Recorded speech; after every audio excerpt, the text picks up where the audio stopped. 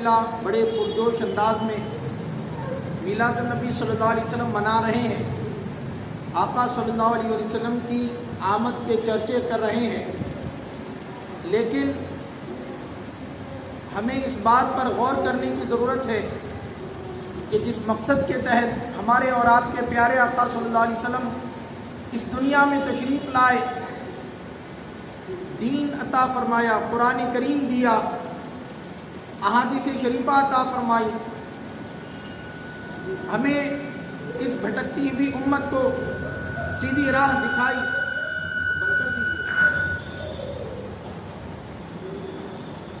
سیدھی راہ دکھائی، تو ضرورت اس بات کی ہے پھر کیوں آج جن کو ہم مسلمان سمجھ رہے تھے وہی غیروں کے تہواروں کو پسند کرنے لگے ہیں، غیروں کے کردار کو اپنانے لگے ہیں، کبھی دیوالی مناتے ہیں، کبھی ہولی مناتے ہیں، کبھی گنیش وسرجن میں جاتے ہیں۔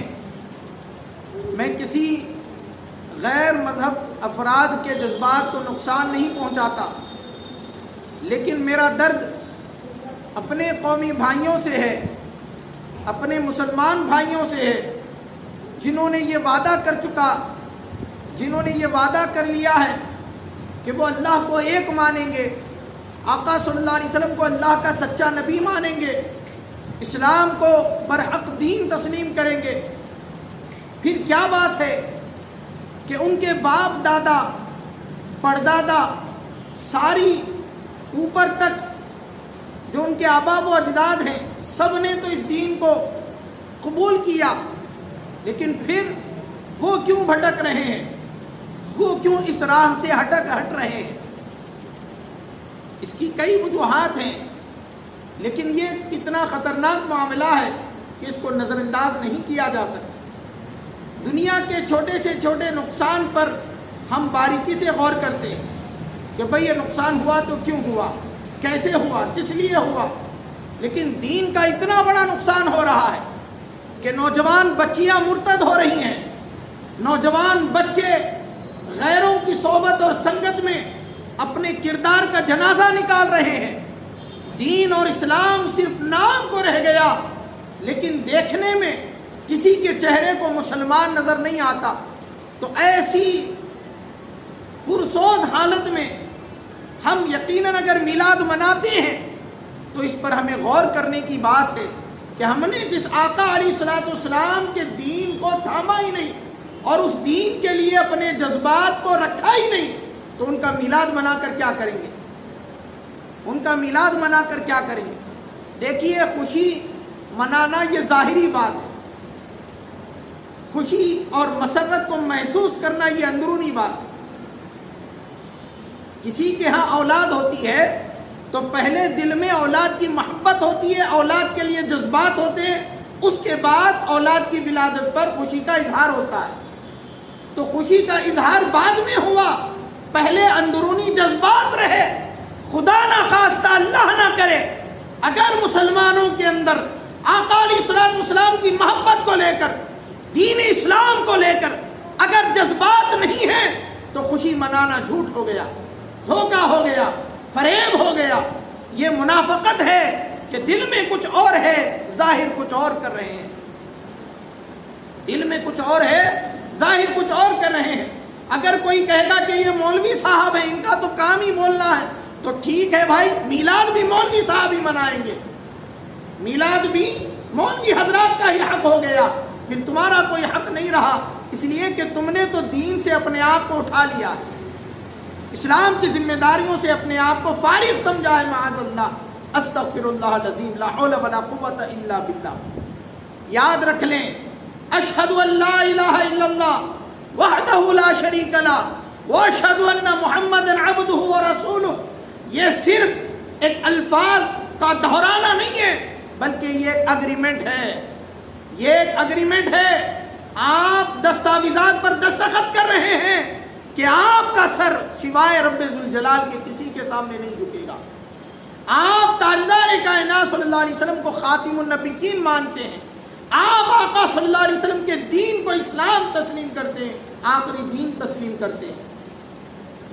اللہ پر رب ہونے کے اعتبار سے ایمان، تاجدار کائنات صلی اللہ علیہ وسلم پر نبی آخر الزماں ہونے کے اعتبار سے ایمان، اور اسلام پر دین حق ہونے کے اعتبار سے ایمان، یہ اگریمنٹ ہو رہا ہے کلمہ شہادت میں، کلمہ طیبہ میں، جس کے تحت، جس کے چلتے ہم اپنے آپ کو مسلمان سمجھتے ہیں۔ ایک معمولی اسکول میں جب بچہ ایڈمیشن لیتا ہے تو وہاں کے قوانین پر چلنا اس کی ذمہ داری بن جاتی ہے، وہاں کا یونیفارم یوز کرنا، ٹیچرز کا احترام کرنا، اور وہاں کی کتابوں کا احترام کرنا، اور وہاں پر جو مضامین پڑھائے جاتے ہیں اس کو فالو کرنا، اور جو تعلیم وہاں پر دی جا رہی ہے اسے اپنے زندگی میں روشنی ماننا، یہ اس کی ذمہ داری بن جاتی ہے۔ اگر وہ اسکول میں رہ کر اسکول کے مخالفت میں جاتا ہے، قوانین کو توڑتا ہے، اساتذہ کی بے حرمتی کرتا ہے، تو اسے اسکول سے خارج کر دیا جاتا ہے۔ یہ ایسی غلطیاں ہیں جس کو قبول نہیں کیا جاتا، قبول نہیں کیا جاتا۔ یہ ایسے ہی ہونے والا حادثہ نہیں ہے، یہ ایسے ہی ہونے والا حادثہ نہیں ہے، یہ ایک بہت بڑی بات ہے جو ہو رہی ہے مسلمانوں کے اندر۔ کیا ہم مسلمانوں کے اندر دیوالی نہیں مناتے؟ جی، یاد رکھ لیں، ایک تو آگ کا کھیل ہے، ایک تو آگ کا کھیل ہے، اس سے جان کو نقصان ہے، اور قرآن کریم کا حکم ہے وَلَا تُلْقُوا بِأَيْدِيكُمْ إِلَى التَّهْلُكَةِ، تم اپنے ہاتھوں اپنے آپ کو ہلاکت میں نہ ڈالو، اپنے ہاتھوں اپنے آپ کو ہلاکت میں نہ ڈالو، اپنے آپ کو ایسے کاموں میں مت لگاؤ جس کے اندر تمہارے لیے ہلاکت ہو سکتی ہے، اور پھر تمہارے پاس کوئی فائدہ نہیں ہے۔ والذین هم عن اللغو معرضون، مومنین کی شان یہ ہے بیکار لغو چیزوں سے منہ موڑ لیتے ہیں۔ پٹاخے پھوڑ کر کیا کیا، اس سے کیا فائدہ حاصل ہوتا ہے؟ ذرا بتائیں، مال کا ضیاع ہے، اسراف ہے، اسراف۔ اور قرآن کریم میں آتا ان المبذرین کانوا اخوان الشیاطین، بے شک بیجا خرچ کرنے والے شیطان کے بھائی، شیطان کے بھائی۔ تو اتنی بڑی تنبیہ ہوئی ہے، تو ایک تو یہ مال کا ضیاع ہے، پٹاخے کا کسی موقع پر آپ پھوڑیں، یہ غلط بات ہے۔ خاص طور پر شادی کے موقع پر النکاح من سنتی، نام لے کر بلایا سرکار کی سنت کا، اور لوگوں کو دکھایا پٹاخے پھوڑ کر۔ استغفر اللہ العظیم، قیامت میں کیا جواب دو گے اگر حضور نے پوچھ لیا کہ میری سنت کے نام پر تم نے دین کا مذاق بنایا اور میرے فرامین کو توڑا خاص طور پر، تو ہم کیا جواب دیں گے؟ یقیناً یہ غلط بات ہے، لیکن اس میں ایک نزاکت یہ آ جاتی ہے کہ یہ ایک خاص قوم کا ایک خاص تہوار بن چکا ہے، ایک خاص قوم کا ایک خاص تہوار بن چکا ہے۔ پٹاخے پھوڑنا، دیوالی جس کو ہم کہتے ہیں، دیوالی منانا، یہ ان کا ایک شہوار ہے، یہ ان کی ایک پہچان ہے، یہ ان کی ایک پہچان ہے، یہ ان کا ایک جشن ہے۔ اگر ہم اس جشن میں شریک ہوتے ہیں، اس کا مطلب یہ ہے کہ معاذ اللہ ہم انہیں پسند کر رہے ہیں، ہم اسے پسند کر رہے ہیں۔ اب یہاں پر بات صرف اتنی نہیں رہی کہ مال ضائع ہو رہا ہے اور اپنے آپ کو ہلاکت میں ڈالنے کی حرکتیں ہو رہی ہیں، نہیں، بلکہ آپ نے اسلام کو چھوڑ کر دوسرے دین کے طور طریقے کو پسند کر لیا، اسی لیے تو اس کو اپنا رہے ہیں۔ آقا صلی اللہ علیہ وسلم کی حدیث پاک ہے من رضی عمل قوم، جو کوئی کسی قوم کے عمل سے خوش ہوتا ہے، کسی قوم کے عمل سے خوش ہوتا ہے، کان شریکا فی عملی، تو وہ اس عمل میں اس قوم کا شریک سمجھا جاتا ہے، وہ بھی اس قوم میں اس کا شریک سمجھا جاتا ہے۔ کہیں پر ڈرامہ ناٹک بازی ہو رہی ہے، ہم ناٹک میں شریک نہیں ہیں، لیکن ہم نے اس کو پسند کیا، وہاں پر کھڑے ہو گئے اور اس کا منورنجن کیا، تو یہ گویا کہ ہم بھی اس کے اندر شریک ہو گئے۔ اللہ اکبر، ناچ گانا کی محفل اور وہاں پر ہم کھڑے ہیں تو ہم گویا کہ اس کے اندر ہم شریک ہو رہے ہیں۔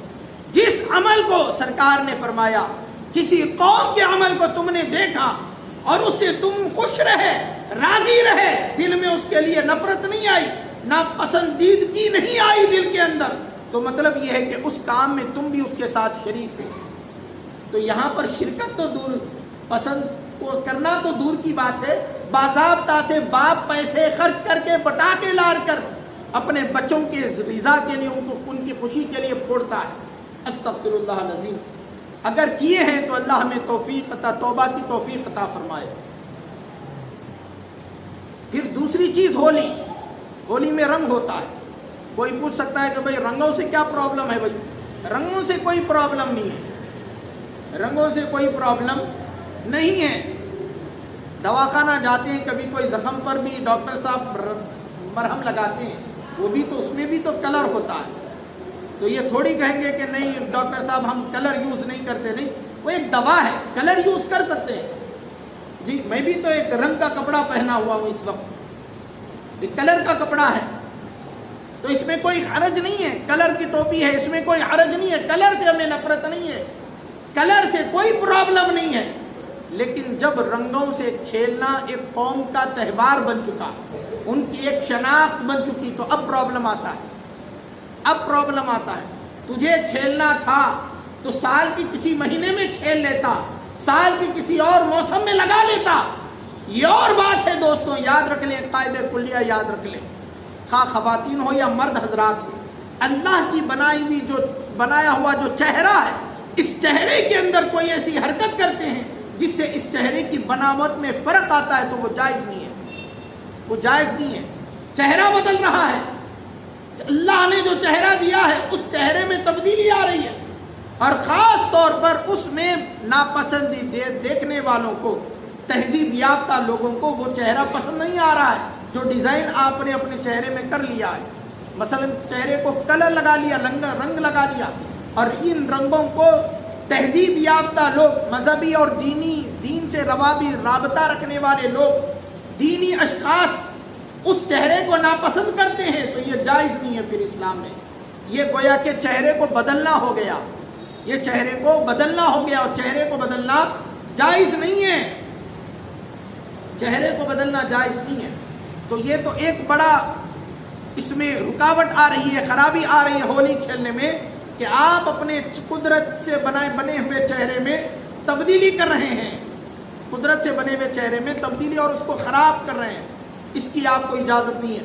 دوسری بات، جیسا کہ میں نے کہا، ایک قوم کا تہوار ہے، اور اگر اس کو اتنا پسند کیا تو خدا نخواستہ یاد رکھ لیں، اس میں ایک صورت کفر کی طرف بھی جانے کی ہو جاتی ہے.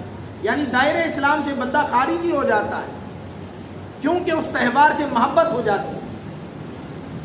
قومی بھائی ہونے کا مطلب، وطنی بھائی ہونے کا مطلب ہر تہوار میں شریک ہونا نہیں ہوتا. ہر تہوار میں شریک ہونا نہیں ہوتا. آپ مسلمان ہیں، آپ مسلمانوں کی عید منائیں. وہ ہندو ہیں، ہندوؤں کی عید منائیں گے. کوئی کرسچن ہے، کرسچنوں کی عید منائے گا. کرسچنوں کی عید میں خود کو شامل کرنا جشن کے اندر، یہ تو حرام ہے. اس میں کوئی دو ٹوک بات نہیں ہے. یاد رکھ لیں، حرام جب کہا جاتا ہے، یہ سب سے زیادہ خطرناک معاملہ ہو گیا. اس پر دوزخ میں سخت عذاب اللہ نے مقرر کر رکھا ہے. سخت وعید ہے، سخت وعید ہے. لیکن کچھ نیتیں اور اعمال ہونے کی وجہ سے ممکن ہے آدمی اسلام سے ہی خارج ہو جائے. اللہ اکبر، آدمی اسلام سے ہی خارج ہو جائے. تو اس سے پرہیز کرنا ضروری ہے. ایسے ہی کفر کے جو مقامات ہیں، کفر کے جو علامات ہیں، تو جیسے سلیب لٹکانا ہے، گلے میں چین لگا کر ایک سلیب، ایک نشان ہوتا ہے اس طرح تیر کا، اس کو ایک بنا لیا، تو یہ ایک سلیب کا نشان لگا لینا یہ بھی حرام ہے. بلکہ اگر کوئی اجنبی آپ کو دیکھ لے اور آپ کو کافر سمجھے، آپ کو سلام نہ کرے، اس کے لیے کوئی گناہ کی بات نہیں ہے. وہ برجستہ کہہ سکتا ہے کہ بھئی اس کے پاس میں نے علامت کفر دیکھی تھی، اس کو میں نے کافر سمجھا، کیا غلطی ہوئی؟ تو اس پر کوئی آبجیکشن نہیں ہو سکتا. یہ قوم کی علامت ہے، اس علامت کو آپ اختیار نہیں کر سکتے.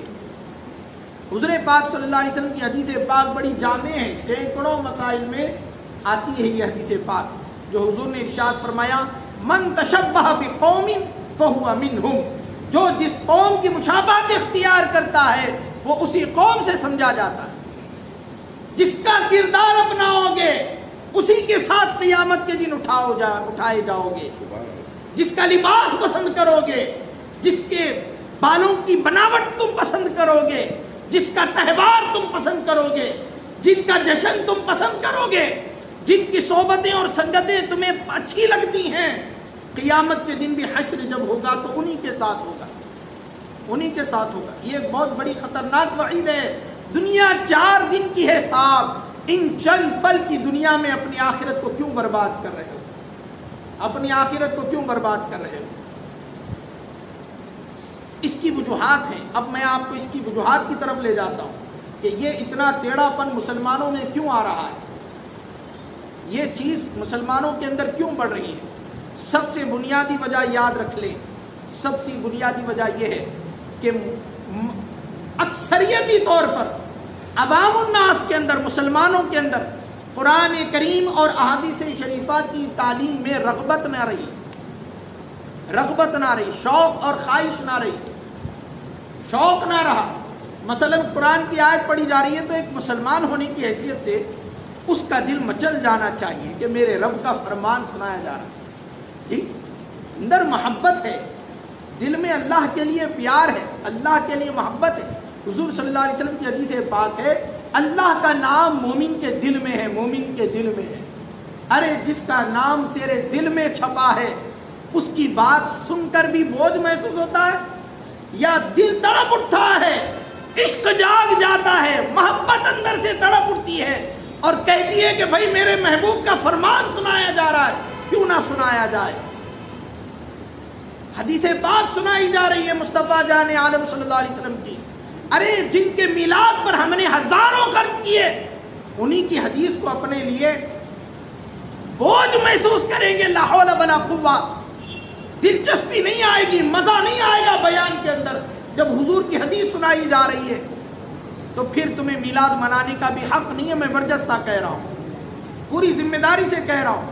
بعد خطاب کے بھی اگر کسی کو کوئی آبجیکشن ہے، محبت اور پیار سے پوچھے، میں بھی محبت اور پیار سے جواب دوں گا انشاءاللہ تعالی۔ لیکن اصل جو خوشی ہے وہ اندرونی جذبات ہیں، میں نے کہا وہ اندر کی محبت ہے جس سے خوشی کا اظہار ہو رہا ہے۔ وہ محبت اگر ہے تو پھر اس محبوب کے کلام کو سن کر تمہارے اندر شوق اور ذوق پیدا ہونا چاہیے، ایمان تازہ ہو جانا چاہیے۔ جیسے کہ قرآن مجید میں اللہ تعالیٰ نے فرمایا فَأَمَّا الَّذِينَ فِي قُلُوبِهِمْ اذا ذکر اللہ فاما الذین آمنوا، یعنی اللہ تعالیٰ نے فرمایا وَإِذَا مَا أُنزِلَتْ سُورَةٌ، جب کوئی آیت کا نزول ہوتا ہے، جن لوگوں کے دل میں ایمان ہوتا ہے وہ آیت کریمہ ان کے ایمان کو میں اضافہ کر دیتی ہے۔ سبحان اللہ۔ اس آیت کا نزول ان کے ایمان میں اضافہ کر دیتا ہے، ایمان میں اضافے کا باعث ہے۔ اور آج حال کیا ہے صاحب؟ آج حال یہ ہے لا حول ولا قوہ۔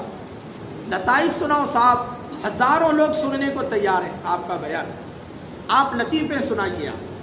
استغفر اللہ العظیم، ممبر رسول کو لطیفے سنانے کے لیے رکھا گیا ہے جبکہ قوم کا تو جنازہ نکل رہا ہے، جی اغیار اور دوسروں کے تہواروں کو اپنی شان سمجھے جا رہے ہیں اور یہاں پر لطیفے سنانے کے لیے بٹھایا جاتا ہے۔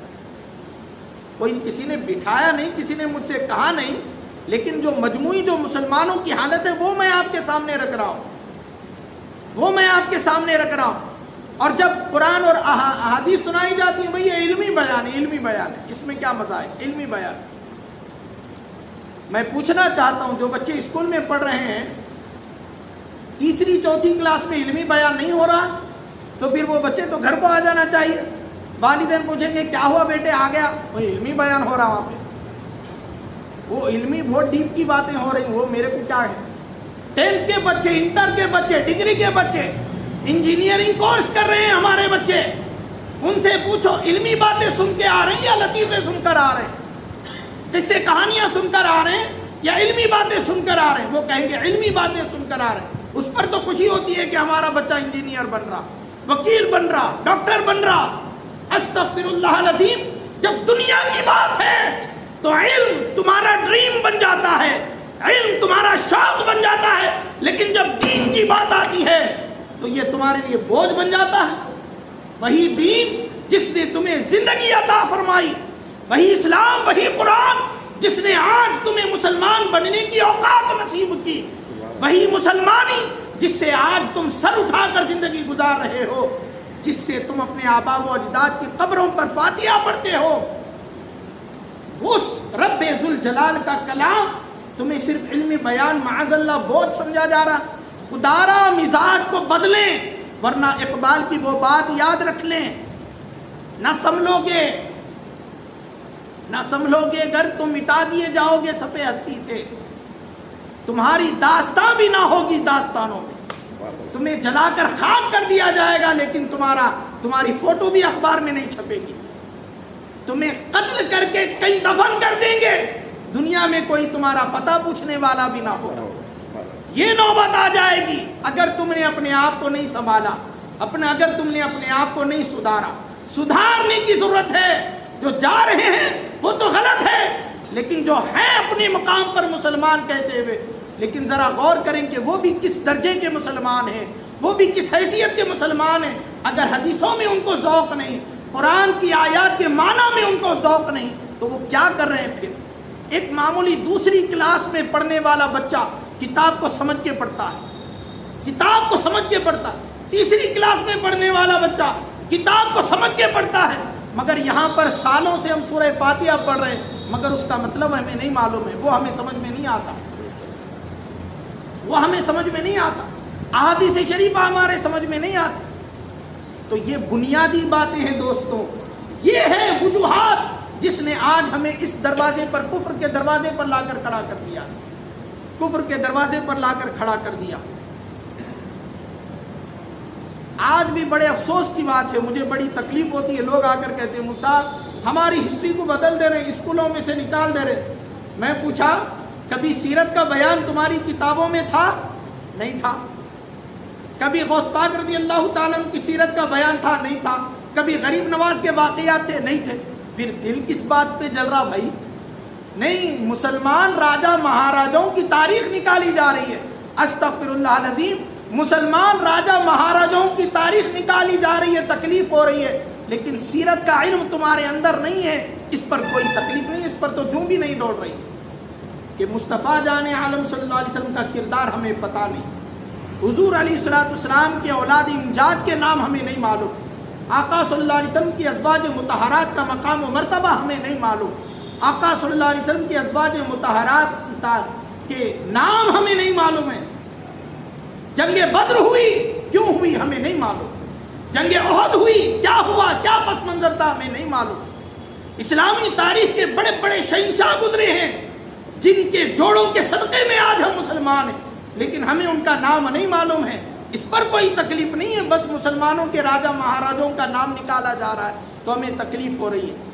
تو میں برجستہ کہہ رہا ہوں آپ سے، نکالنے دیجئے جو نکال رہے ہیں، مگر آپ جڑیے اس اسلام سے جس نے آپ کو زندگی دی، خدا کی قسم یہی اسلام آپ کو بلند کرے گا، آپ کو پروان چڑھائے گا، آپ کو اس منزل تک پہنچائے گا۔ آپ نے کبھی سنا ہے غوث پاک کے زمانے میں بغداد کا خلیفہ کون تھا؟ اس کے کبھی گیت آپ نے سنے ہیں؟ اس کے واقعات کبھی آپ نے سنے ہیں؟ کیا بتا رہی ہے اسلامی تاریخ؟ اسلامی تاریخ بتا رہی ہے جو دین کے لیے، جو دنیا کے لیے کھڑے تھے انہیں بھول جاؤ، جنہوں نے دین کے لیے اپنے آپ کو قربان کیا انہیں زندہ رکھو، ان کا نام یاد رکھو، ان کی تاریخ یاد رکھو۔ اصل تاریخ یہ ہے دوستو، اصل تاریخ یہ ہے، ہر سال ربیع الاول آتا ہے ہم گزار دیتے ہیں، لیکن کبھی ہم نے سوچا کہ ربیع الاول میں ہماری زندگی کیا بدلی؟ جی جیسے میں بارہا مثال دے رہا ہوں، سورج طلوع ہوتا ہے تو خالی سورج طلوع ہو گیا، وہ تو چوتھے آسمان کا ستارہ ہے، اس کی فضیلت اپنی جگہ پہ، لیکن آپ کیا لیے؟ آپ اس سے دن لے رہے ہیں، آپ اسے روزی کما رہے ہیں، آپ اس کی روشنی میں دوڑ دھوپ کر کے اپنی روٹی روزی کا انتظام کر رہے ہیں۔ یہ کام آپ رات میں نہیں کر سکتے تھے جی، رات میں کوئی دکان کھول کر بیٹھ جائے کون سا گراہک آئے گا صاحب؟ یہ دن کی دوڑ دھوپ ہے جس نے آپ کی دکان کو آباد رکھا، تو سورج کی روشنی سے تو آپ لے رہے ہیں، مگر آفتاب رسالت بھی طلوع ہوا مدینہ مکے کی سرزمین پر، اور اس کی کرنوں نے مشارق و مغارب کو منور کر دیا، لیکن ہم نے کہاں تک آقا صلی اللہ علیہ وسلم کی سیرت سے، آقا صلی اللہ علیہ وسلم کی سنتوں سے، آپ کی تعلیمات سے اپنے دل کو روشن کیا ہے؟ ذرا سوچیں، ذرا سوچیں۔ یہاں پر تو نوبت یہ ہے کہ ہمارا نوجوان سمجھتا ہے کہ داڑھی رکھے گا تو اس کو رشتے نہیں آئیں گے، لا حول ولا قوت۔ اس کو رشتے نہیں آئیں گے. نبی کی سنت اس کی شادی میں رکاوٹ کا سبب ہے. استغفر اللہ العظیم. تو دوستوں بزرگوں، ان احوال پر نظر کرنا، غور و فکر کرنا اور ان کو بدلنے کا جذبہ جب تک ہمارے اندر پیدا نہیں ہوگا وہ کارساز نہیں ہوگا. میں یہیں پر بیٹھے بیٹھے یقیناً ساری خرابیوں کو ختم نہیں کر سکتا، مگر اس بیان کا صرف ایک مقصد ہے، جو بات مسلمان بھول رہے ہیں ان کو یاد دلائی جائے، جو بات بھول رہے ہیں ان کو یاد دہانی کرائی جائے. بس یہ میرا مقصد ہے. اللہ تعالیٰ اس میں مجھے کامیابی عطا فرمائے. اللہ تعالیٰ میری زبان پر حق کو جاری فرمائے. آخری بات عرض کر رہا ہوں، براہ کرم ناگر کرنول کی سرزمین پر انتظامیہ مسجد معراج کمیٹی کی طرف سے جو اقدام اٹھایا جا رہا ہے اور جو سیرت النبی صلی اللہ علیہ وسلم پر کام ہو رہا ہے، اس کام کو اپنا کام سمجھیں. ہو سکے تو خدارا گھر کے کام سے زیادہ اس کو اہمیت دیں، گھر کے کام سے زیادہ اس کو اہمیت دیں. بچوں کو بھی شریک کرائیں، چونکہ 3 زبانوں میں اس کے جز چھپ چکے ہیں. ہو سکے تو آپ بھی اس کا زیراکس کرا کے اپنے پاس رکھیں اور روزانہ تھوڑا تھوڑا اس کا مطالعہ کر سکیں. ممکن ہے کہ کافی زیادہ سے زیادہ آپ کو اس کا فیض، اس کا